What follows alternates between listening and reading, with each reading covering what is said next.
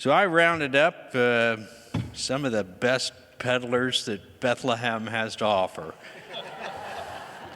So the salespeople of Bethlehem. And we introduce, matter of fact, why don't you introduce yourselves and tell who you are, where you are at Bethlehem, and what you're selling.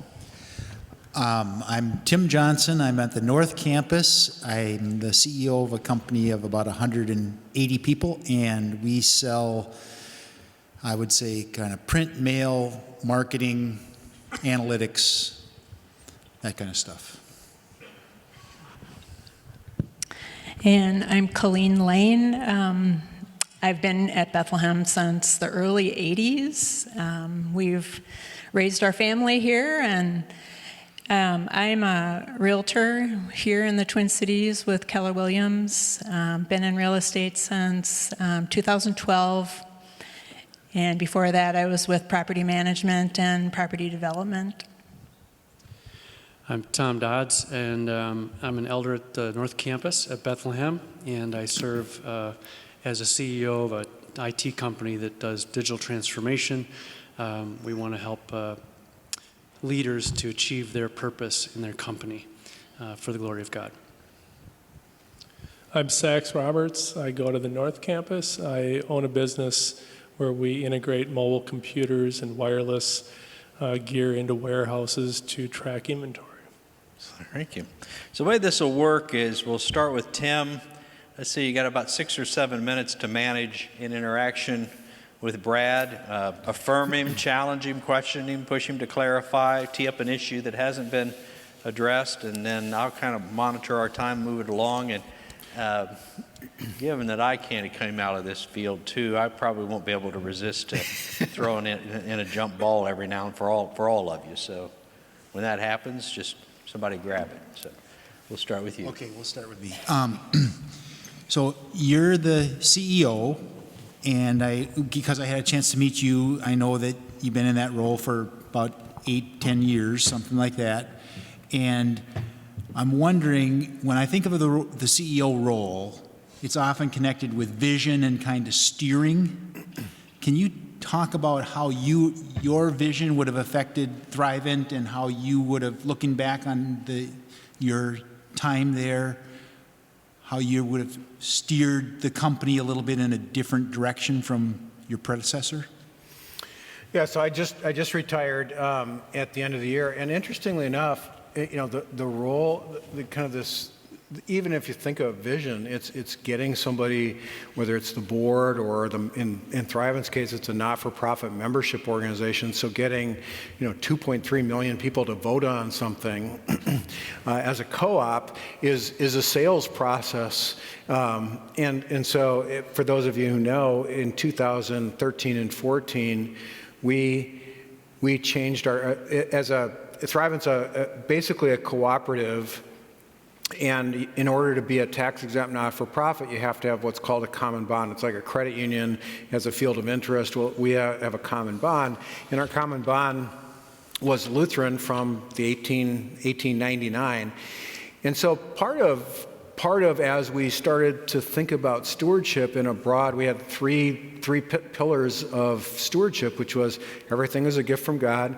We're called to be wise stewards of those gifts, and generosity is an expression of faith. And as we started looking out across Christendom, it was like, well, everybody sees those more or less as kind of the pillars of stewardship. Why are we limiting our role to selling, to a smaller group than where we could benefit a larger group? And so again, as that was a process of not only selling the management, but selling the board, selling the whole membership, that was a wise choice. And so, I mean, that's an example. So was that your vision? Where did that idea initiate? Well, I don't want to claim that vision. They were arguing about it for 30 years. So you got on board and tried to sell it then?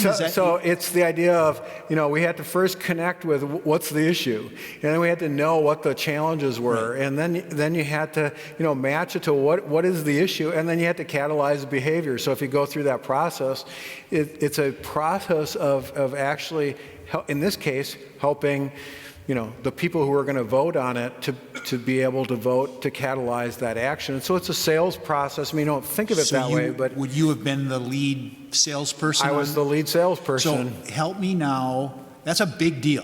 That feels like a really big deal for a Right. 100 and how many year old company? And it was 100 at the time. It was 115 years old at that point. 115 year. Okay, that's a big deal.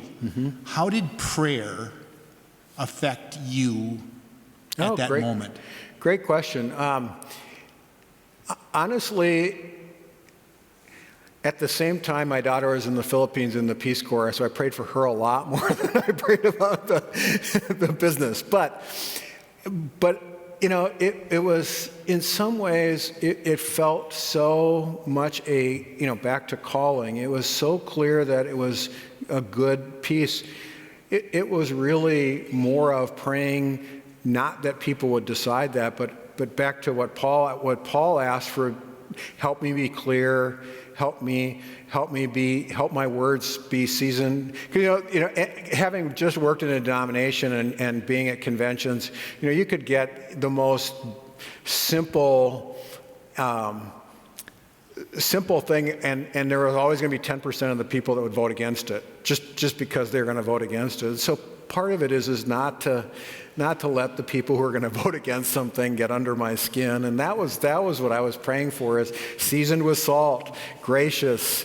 That was how prayer really showed up, and I think that's true of most salespeople that I know. In fact, most of our salespeople at Thrivent will talk about praying before and with clients, just so that they can get them in that state of mind that Paul was asking for. So I know, because we had dinner earlier, that you were a reluctant moving into the role of CEO. Right.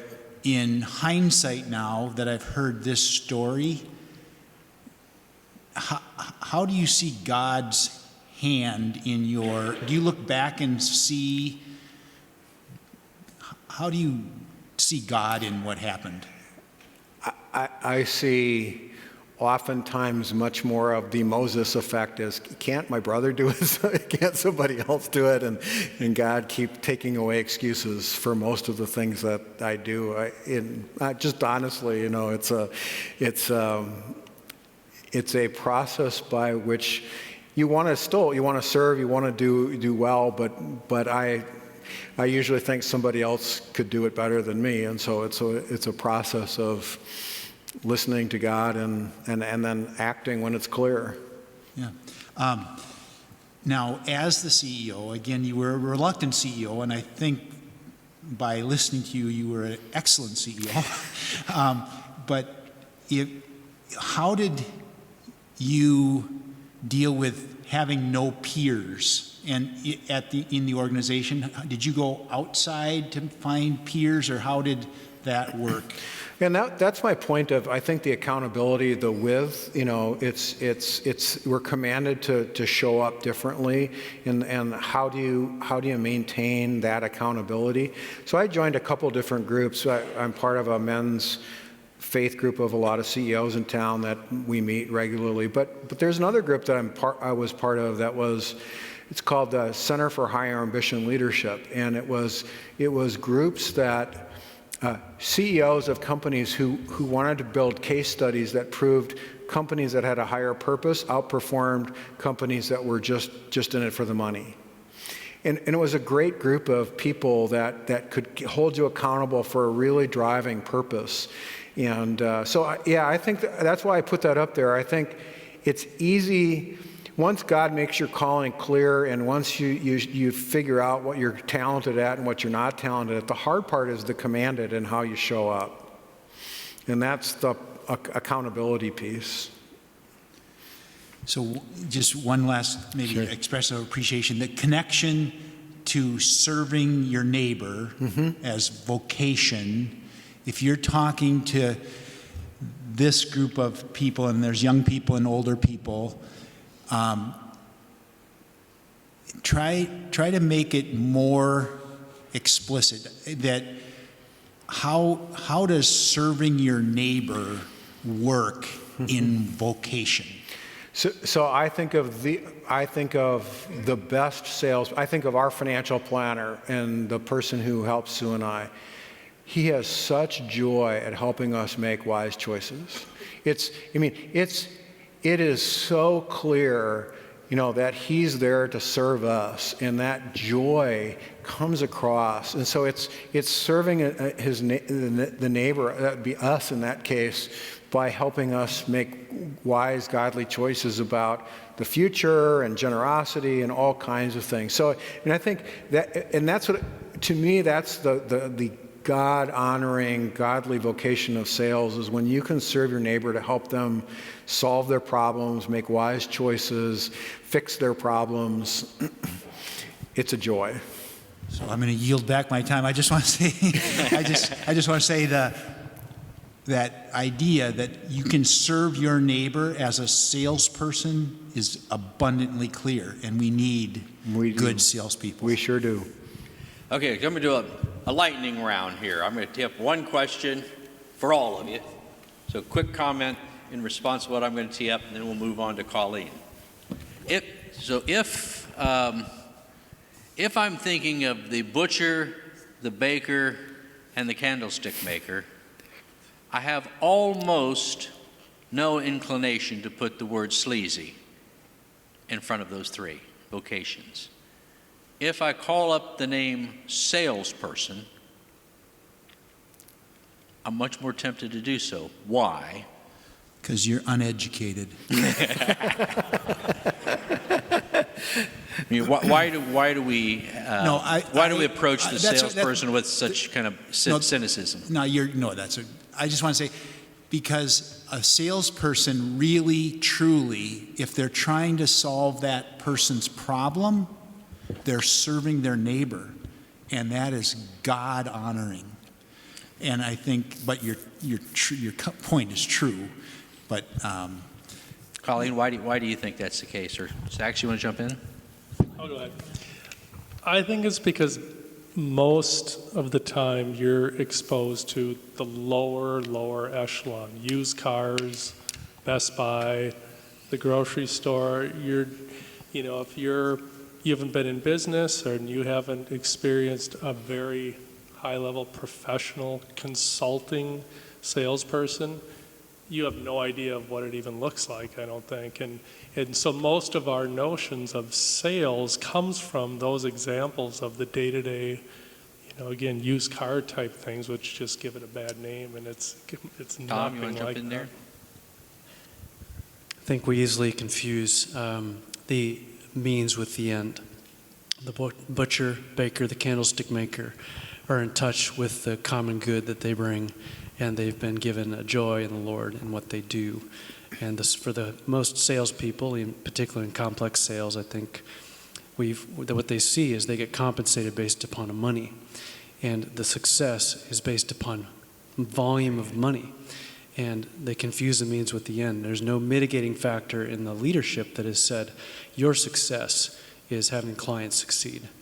And the money is going to be far away from that. So without anything to weigh against the money becomes a primary motivator.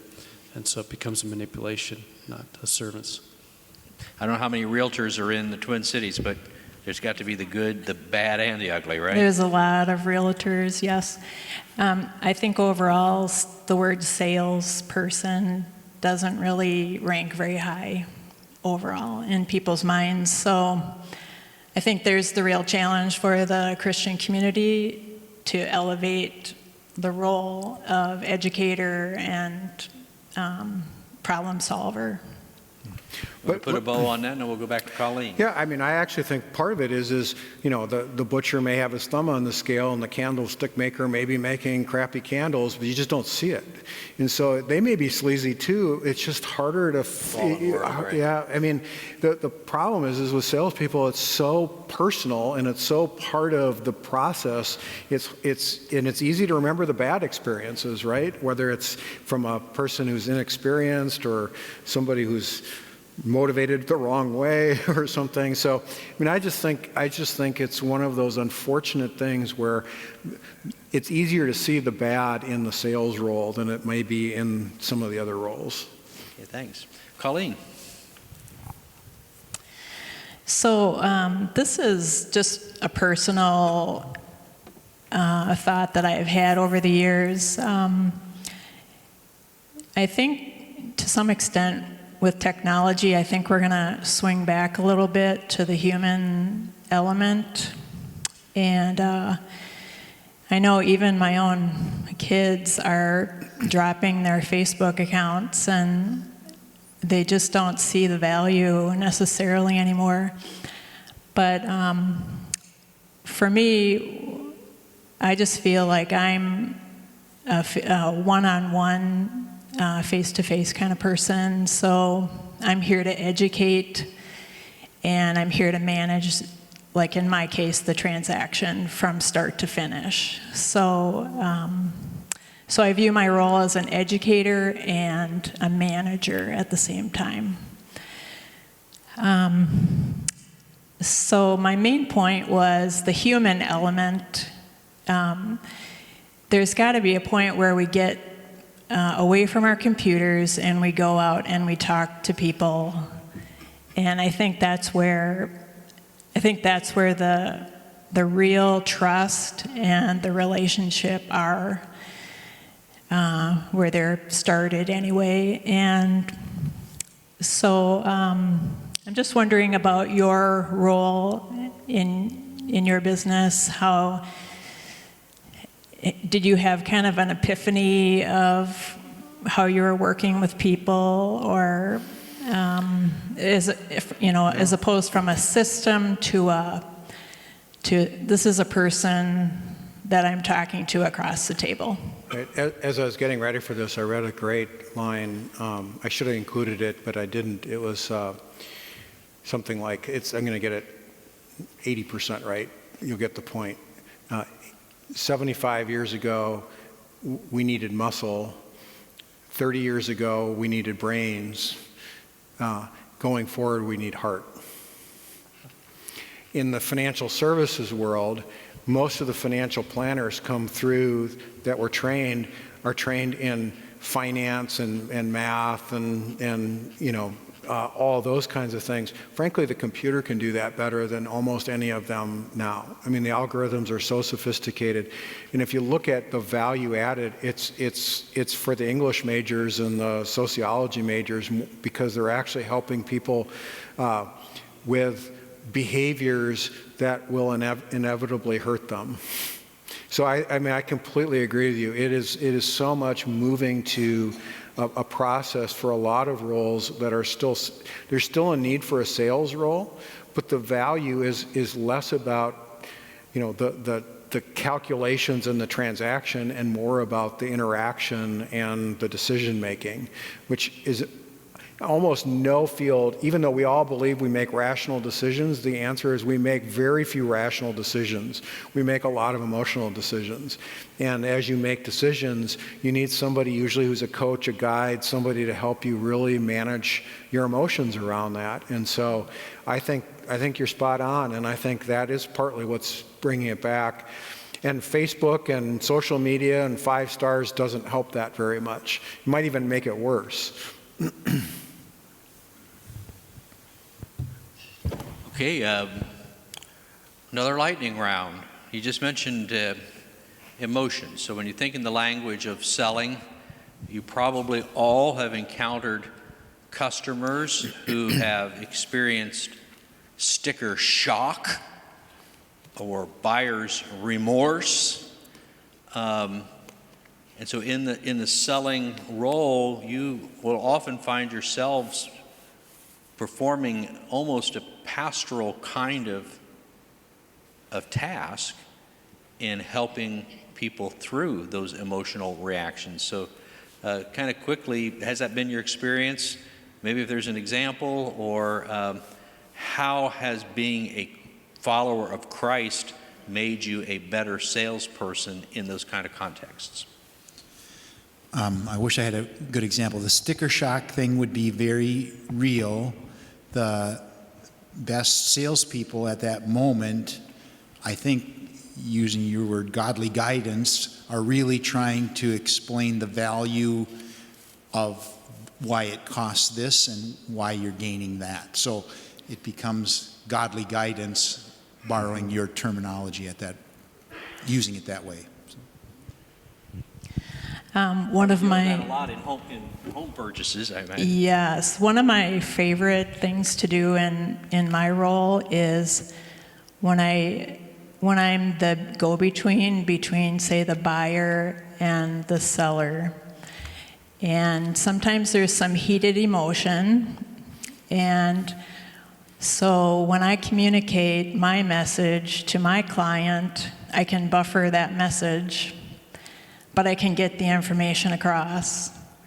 And I can take the emotion, especially the bad emotion, out of the situation and just get right to the issue at hand rather than, starting an argument. So that's one of my favorite things and really unexpected benefits to my role. I think it happens all the time, and particularly I deal more in what's called a complex sale. And so they have obstacles that are political, obstacles that are financial, obstacles that are analytical, but of course emotional obstacles are some of the more difficult ones that we want to help people remove if they're based upon fear. And so helping them to fulfill what they feel called to do and removing those obstacles is something I think we need to do. But that it also relates to how the product gets sold too.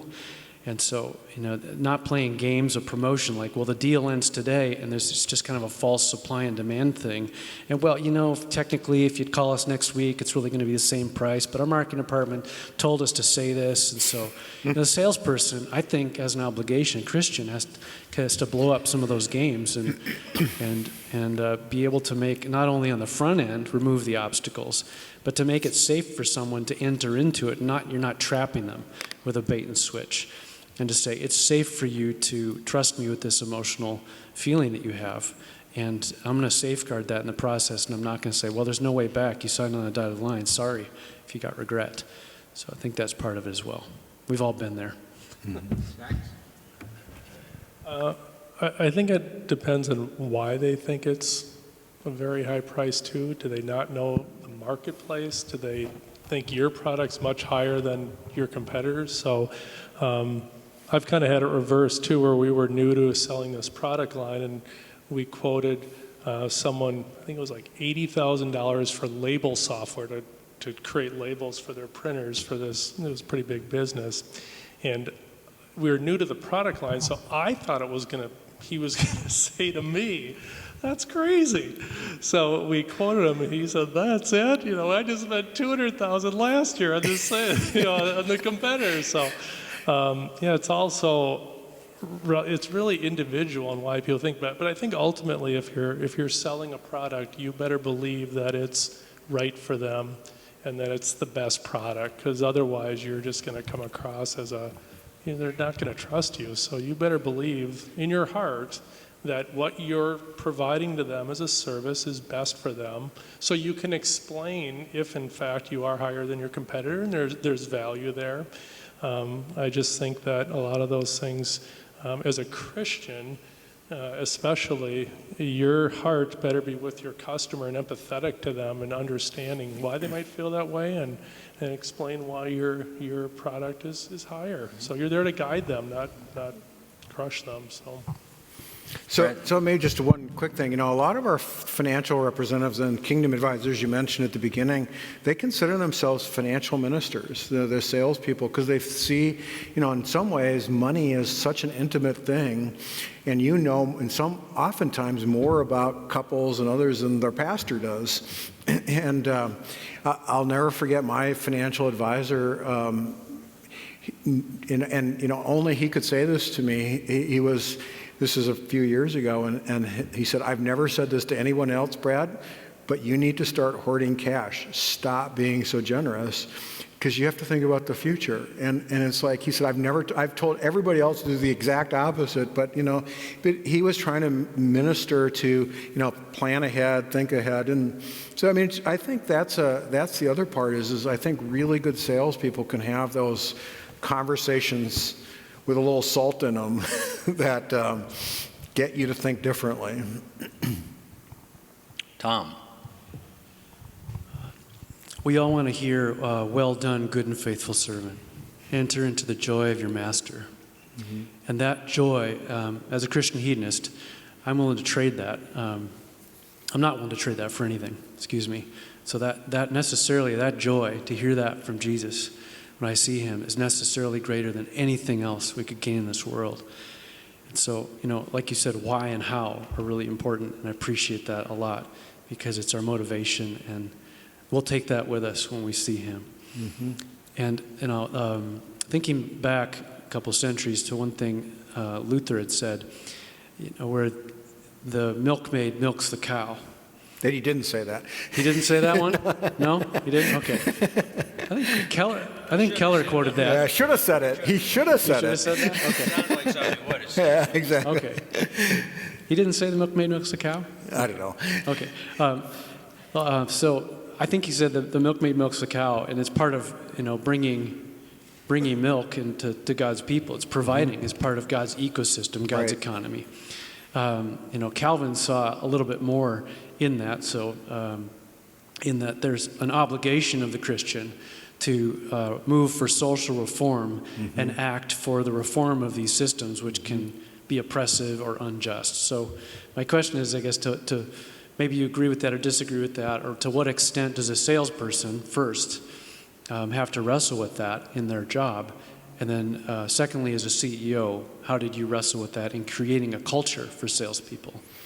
So one of the most interesting ethical questions that we wrestled with is it okay to trick somebody into doing something that's good for them? Because most of the sales in the financial services, mostly you're tricking people to do something that's bad for them. And of course your gut reaction is, of course not, no. But I was shameless in putting vegetables and stuff for my kids to eat vegetables, tricking them to eat vegetables, I think it's a really interesting question about how in the world, what is the social, how far do you push doing something that's is in somebody's best interest, but they may not do it. And I think that is to some degree the sales dilemma. And of course you don't want to trick somebody into doing anything, but it's a good ethical kind of question is how hard do you push if you know something's in their best interest? And I think that's and when you talk about the milkmaid or the social good is, I think that is to some degree the point of whether it's sales or a CEO or society in general, how hard do you push? And we were talking about being a good closer, and I think great closers, you were a good closer. And I think good closers are, if you do it in an honorable way, it pushes that to get somebody to do something that's in their best interest. But I think that becomes a slippery slope, and that's where you really have to guard yourself and really have the accountability and knowing how far. Where am I just doing this because I can manipulate or trick somebody into something? And I think that's how I'd answer that question. How would you as a CEO set up the culture that in your organization that addresses that dynamic of? Honestly, I wish I could say, when I showed you the Key Hub case study that we fully implemented by moving all the things in the middle, it's really hard. I think it's because you have a business to run and the people are good, but they're not kind of the perfect role model. How much do you change? And in fact, I was talking to Vikas about that today, and I was meeting with him for coffee, and I wish in that case study we could say we just moved everybody into the role model into the center and saw great success, and we were working at it, but it wasn't like you can just snap your finger and do it. And I think that's the part for me as a CEO is trying to get the right pace as you discover how much grace to give people to get on board. before, because just because you get an insight doesn't mean everybody's going to adopt it. So I think that's the struggle as a CEO is how fast, how hard do you push, same kind of thing, giving people time to adjust to new systems or new approaches. But I do think we tried to do as good a job as we possibly could if we were, one of the things for my entire time, we always won the most ethical company, partly because we were really good at, if somebody was on the other side of the line, it was a really easy decision for us to move somebody out. So there's a little book up on my shelf in the office upstairs in my collection of marketing and business and vocational books. It's by an author named Frank Boettger, Boettger. It's probably published in like 1919, 1920. And it has the title, How I Raised Myself from Failure to Success in Selling. It's just a tiny little book, but it is all of the it's all of the ball handling, dribbling, shooting, all the fundamentals. And basically the premise of the book is if you just do these fundamentals with diligence, you will be good at the task of selling.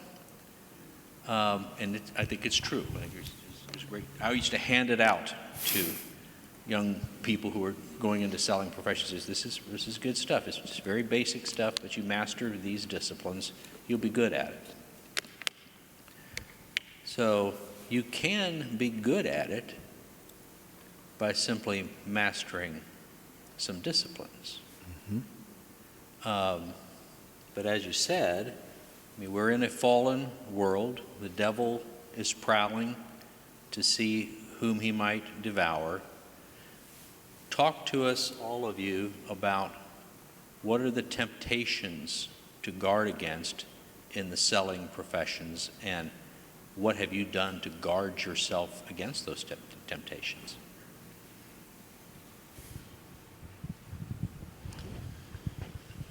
St.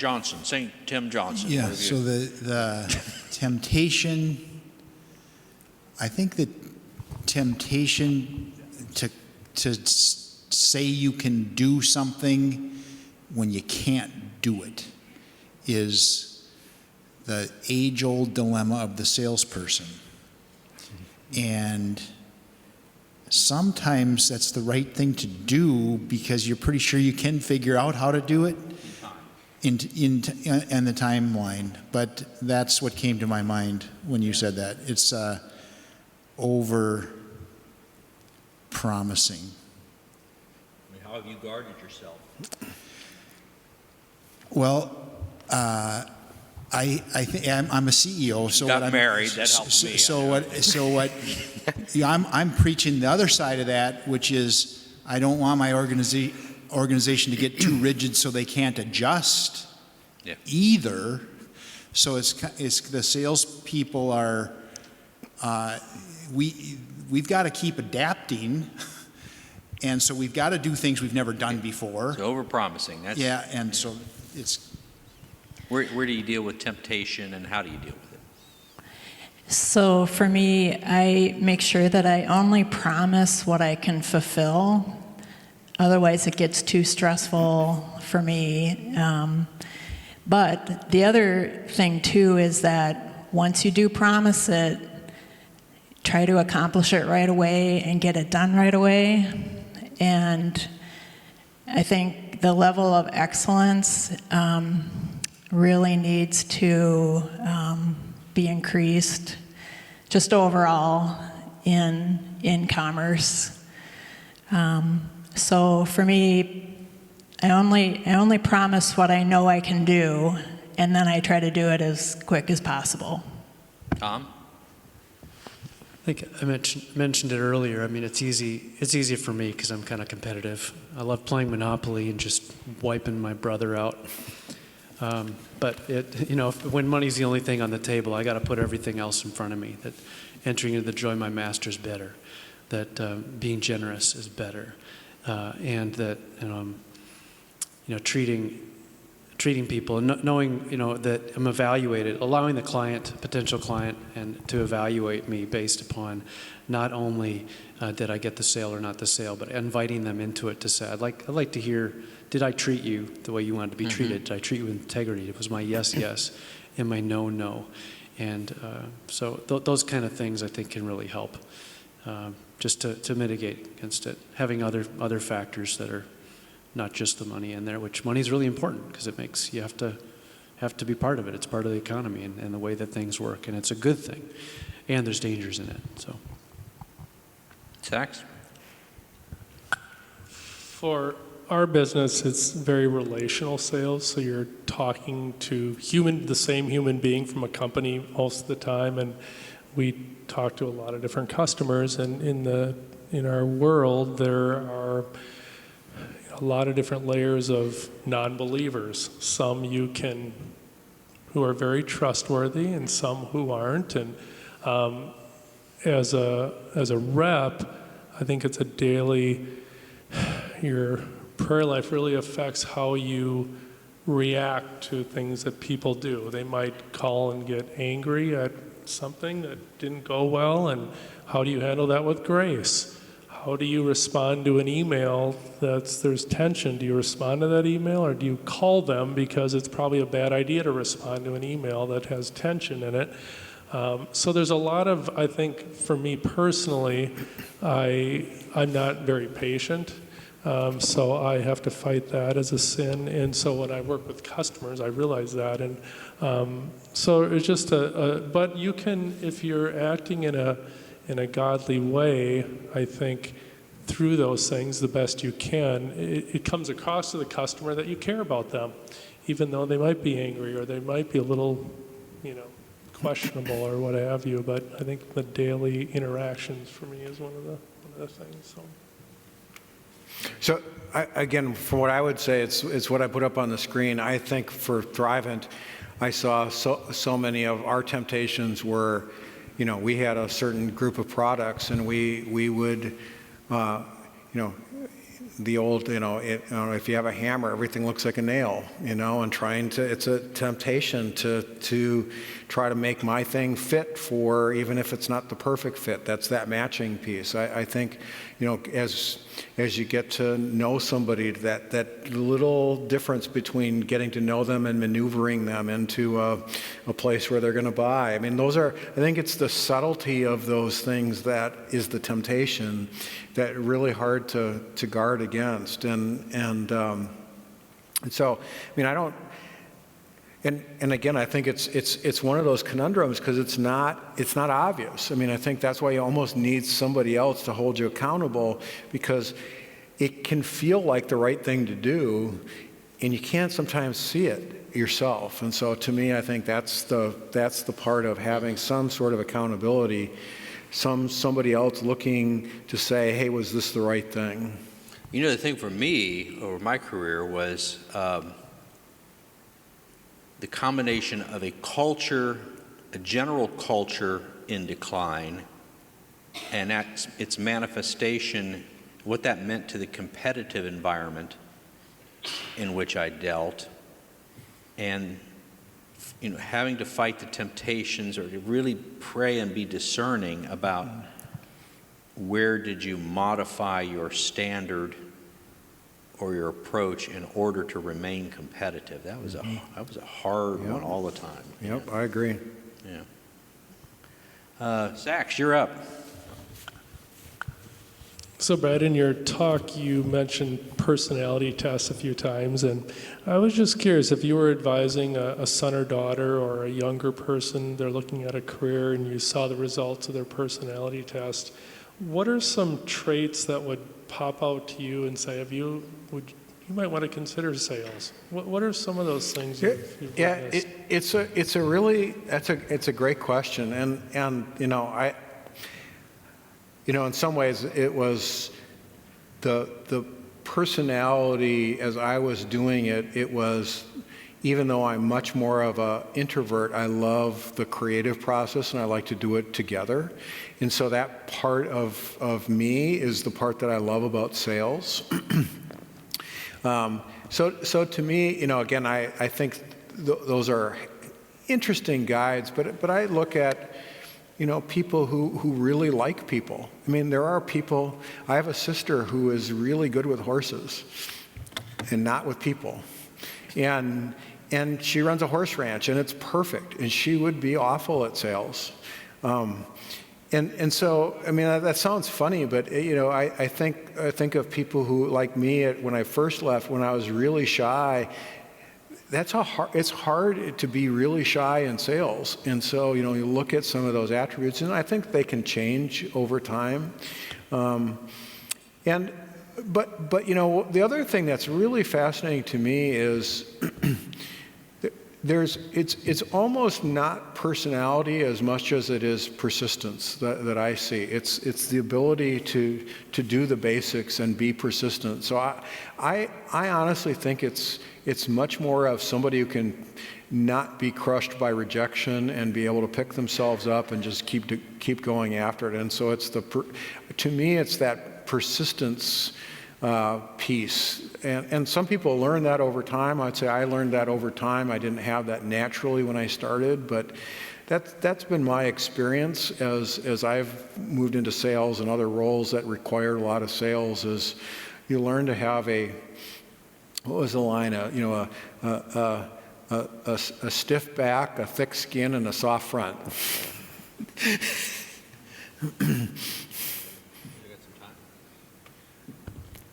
And I was curious when you were mentioning, I know you're going to hand out the case study, but during that, how the influencer was a mentor, solved problems, volunteered. Was that person always a top rep in producing, or they're just... So that's actually, wait till you read the case study. This is so fascinating. Almost always, they are not in the hierarchy. They're almost always successful.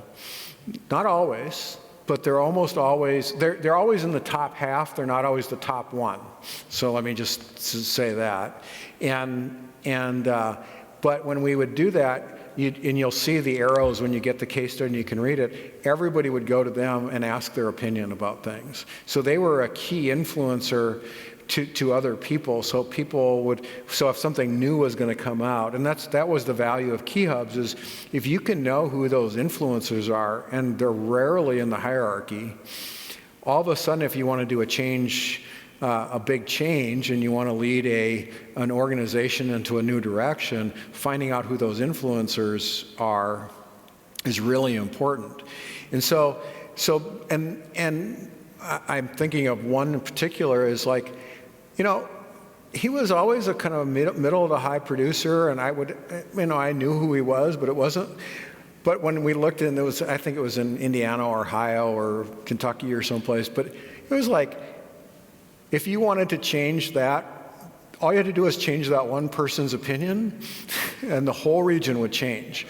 And it wasn't the managing partner, and it wasn't all the other, it was that one person. And so, to me, that was but what was the other part of the case study and always that person was generous and trustworthy and modeling what we would all think of as Christian values as part of the way they showed up. And that was what built that trust and that sense of why they were such positive influencers to their peers. The peers knew who the not so good, who were creating the ugly and bad experiences, and they just didn't go and get influenced by them too much. So yeah, it was really interesting, and that's partly why we hired Key Hubs to model all that and map all that out, is because in the normal HR and management systems, you think of the hierarchy, not the influence hierarchy, or the influence system, the influence map.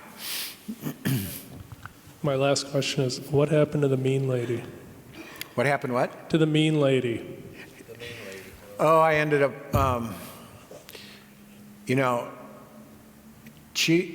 what I found out, well, it's a really interesting story. When I finally knew I had to do something about it, of course, everybody else knew long before I took action, but I finally let her go. I was assuming I had prepared our the next level up, that we were going to drop in sales and things were going to be awful. And I had found out that she had just done some awful things to the other salespeople, so they were all so demotivated. Once she left, our sales went up. It was just the opposite of what I thought. I was in my early 30s and didn't have a lot of experience and didn't know how to manage that really well. So we got just the opposite result of what I was expecting to happen. And those are the things that help you, especially if you're a younger person, is learn to follow the prompting of the Spirit and your conscience and not wait too long on things like that, because God manages those so much better than we do. Okay, lightning round. And I'm going to give a signal to the audience here that once we get through this lightning round, we've got a little bit of time, we can take some questions from the audience. I know John Niebergall's back there. The man is an interrogation machine, so I know I'll be able to depend on him. And there are several other people out here that I'm just giving you the cue. Be ready. I'll kind of do the Phil Donahue thing after this round. So, okay, so there's a vocational task that is taking and fulfilling an order, or what those of us who have managed salespeople would say, an order taker. Mm-hmm. And then there's a gifting that's different than being an order taker, which we're going to call being a salesperson. What is that gifting, essentially? I think the gifting is trying to match the service to the client, but you have to know the client, and there's a little process. There's a process that you have to go through to get to know them.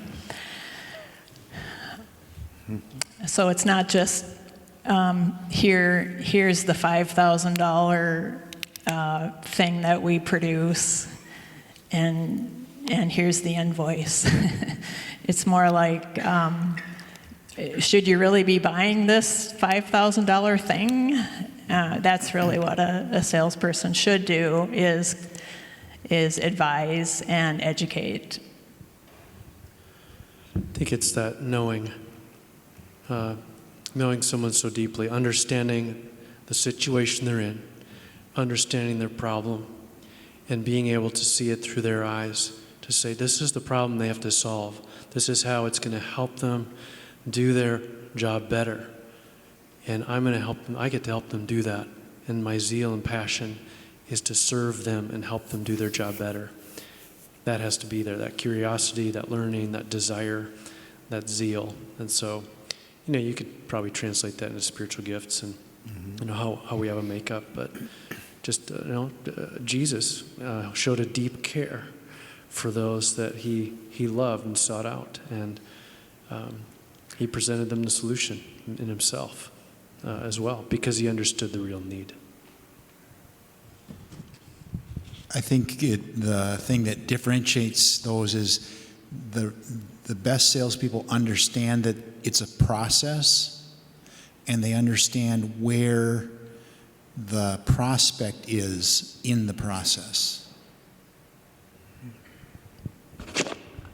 For me, the Harvard Business Review did a study a while back, and I looked at some of the character traits a good rep has, and one of them is introvert, believe it or not, and that's some of the top salespeople are introverts, not extrovert.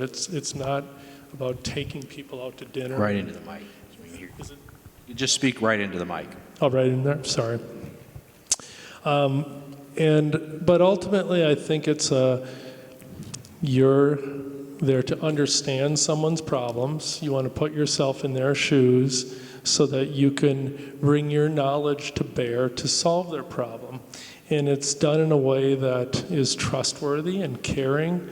And I think also an important thing about it is you have to be sort of a leader for them. Nobody wants to invest their time or money with someone where either they're not out for your best interest or they're wishy-washy. I think you really, it just comes from believing in what your providing, and I'd say selling, but really what you're providing to them is a service, so that the time for the big close is really not a big deal at all, because you've walked together down this path and you're at the point where, well, is there any reason why you don't want to go ahead? And, if you've done your job and worked with them well enough, they just say yes, and or no, or whatever. But so I think that you're really just solving problems. It's a fun job. It's really a great job, because in our culture today, you'd be amazed at just returning phone calls promptly, responding to an email promptly, caring about someone. You're like incredible, and you're just doing the normal godly things to care for someone, so you can really shine as a believer, or as a person, and then use that to bless them with Christ's gifts He's given you. And I think that's the blessing of it too. It's a neat job, because you're just interacting with so many different people, and it's awesome. So, what is the essential gifting that differentiates the salesperson from the order taker? I think it depends on what you're doing, but back to that model that I gave, it's an emotional connection with somebody, getting to know them, like they all said, and part of the reason introverts work because they listen. They're better listeners than extroverts. They tend to listen and not talk, and so there's a no process, and people that just in solving problems, they listen enough to know what the problem is. And I think my observation is they tend to go for the long run, and so they match to things even if they don't have it, and they're great at closing.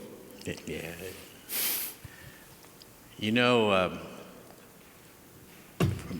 To me it seems it's the job of an usher.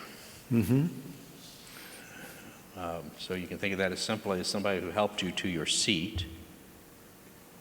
But I think all of us who are believers have probably had opportunity to say something like, there's no greater privilege that I've ever had than to be on the scene and play a role in ushering someone into the kingdom of God. Mm-hmm. And I think a good salesman gets to experience a microcosm of that all the time as they lovingly and carefully and faithfully hold somebody's hand as they move from some measure of risk to some measure of reward. And it is a noble task and a great profession. Okay, we got a few minutes for questions. You come right here, I'll give you a mic.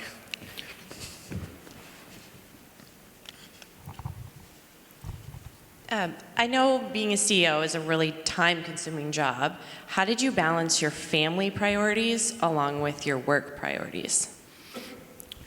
So I was the CEO of the technology company, and I was gone all the time. And I wrote a book called New Money Mindset. And my daughter there's a story in there about my daughter.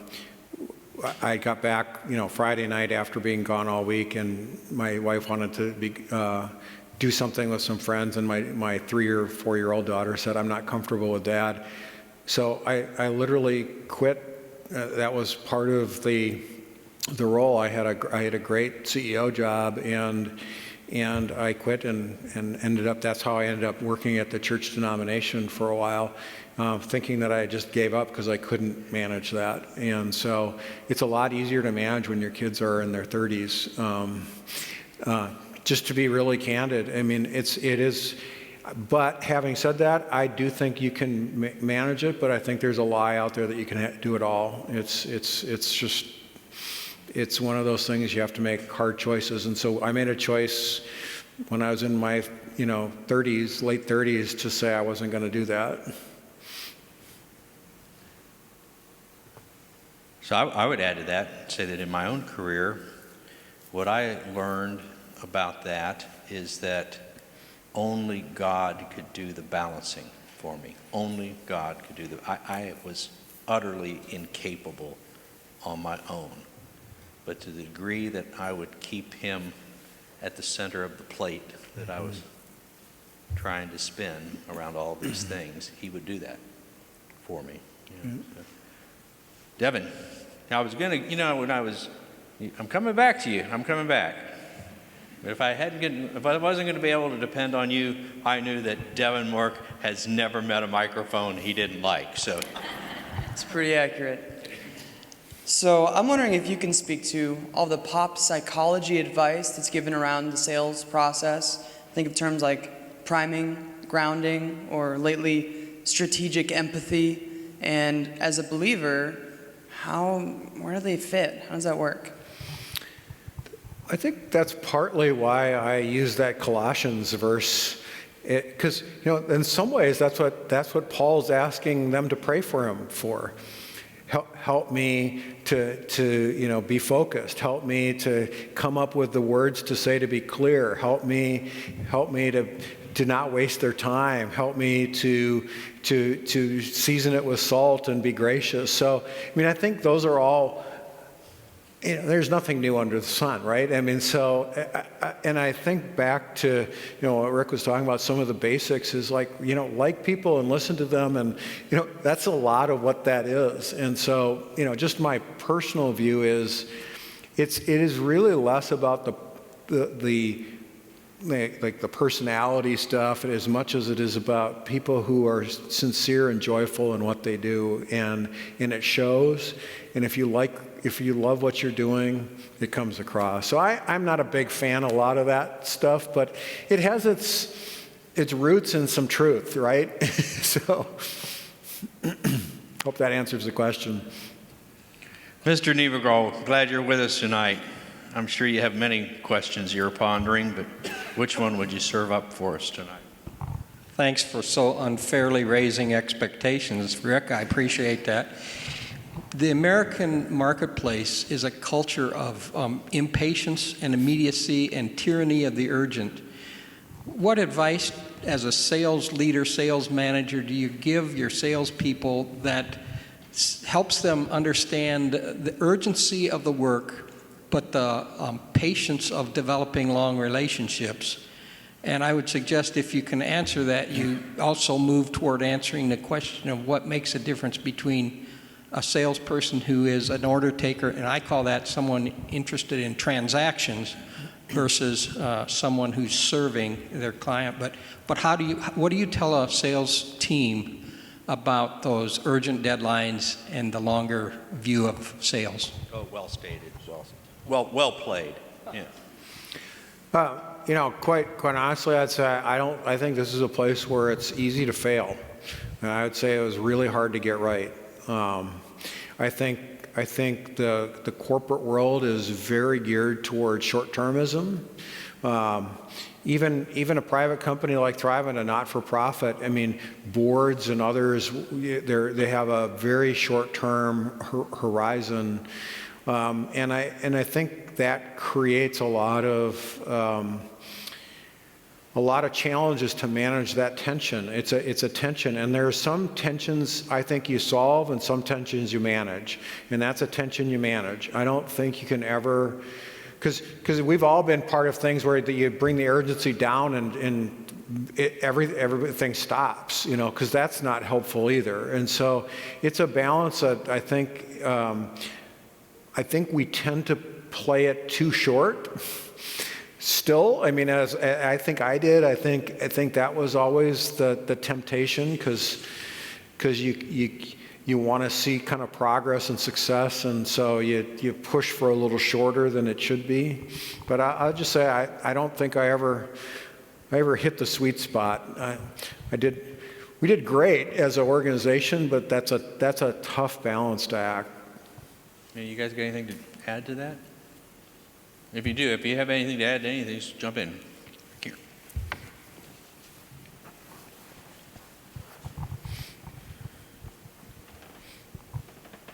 Thank you, Brad, for your leadership on stewardship as a whole as Christians.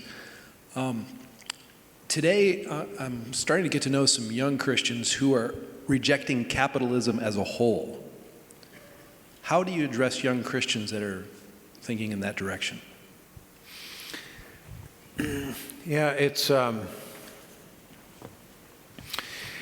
sometimes we think Adam Smith was an economist and that he was writing on and writing on capitalism, even though he was really writing as a Christian apologist in some ways, talking about the sociology of how do we wrestle with the same question that I wrote about, that I talked about with Luther, is how do you balance the common good and the individual?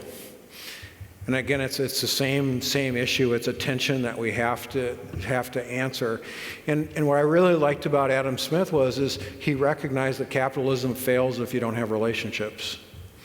That if people there's a self-interest, but there's also a relationship, and that tension has to be there. And he would put it as a godly relationship of being interested in your neighbor. Same thing that I wrote. So my observation is the reason a lot of capitalism is failing legitimately is because we've taken the relationship out of almost every transaction. I can invest in something even if they're wrecking something because I'm removed from that, the interest of that relationship. So I'm not, and yet I would say capitalism is clearly the best model of anything else out there because the others fail in other. So I think the answer is give me a better alternative, but I think defending what we call capitalism in America blindly is also a challenge because I think we've taken out to some degree what the other panelists were asking about is the question of how do you really serve your neighbor. And how do you think about serving your neighbor as part of the transaction of capitalism? That the more we depersonalize and derelationship that, the less I think capitalism is going to serve our needs to be godly. One really quick story. When's the last time you heard of a company being called out by Christians because they're too greedy? It's clearly in the scripture. It's clearly part of how we think about the way we want to behave, and yet, I think that's we think of that as success to some degree in the way our system works, and so. I just think that whole idea of stewardship is part of the language we have to reclaim in stewardship and relationship. We need to reclaim that in capitalism. That's not probably super popular, but I get to say whatever I want. Well, I'll come back to that in a second. Let's express our appreciation to Brad Hewitt and to our panelists for serving us tonight. As we talked about temptation, I guess the devil in his unusual ways is that what he could do with just even setting a big gold key next to a man for a half an hour and say, it must be something magical to it. Your question was a softball of sorts for me because it gives me opportunity to tell you that the next iteration in our Commerce and Vocation lecture series will be on Thursday, April 11th, back here in this room, featuring Dr. Kenneth J. Barnes, the Mockler Phillips Chair in Workplace Theology and Business Ethics at Gordon Conwell Seminary, who will speak on the topic of redeeming capitalism, reclaiming the moral roots for a virtuous future. And so I hope that you'll all be back for that again. So let me offer a prayer to send you on your way. Lord, we have gathered here tonight in your name, and we are grateful for your company and your presence here tonight. And so I pray your blessing on our guests tonight, that you give them safe passage back home. I pray that our service here tonight to each other will serve as renewal of our minds and an instrument of your purification in our hearts, that we may undertake any vocation to which you've called us, and any opportunity that we have to persuade others to be engaged in the things that we hope might serve them, that all that we do would bring you glory. And that's what we want more than anything else, is for you to be glorified in all that we do. So thank you again, Lord, for your presence here this evening. Be with us as we go on our ways under the safety of your hand. In Jesus' name, amen.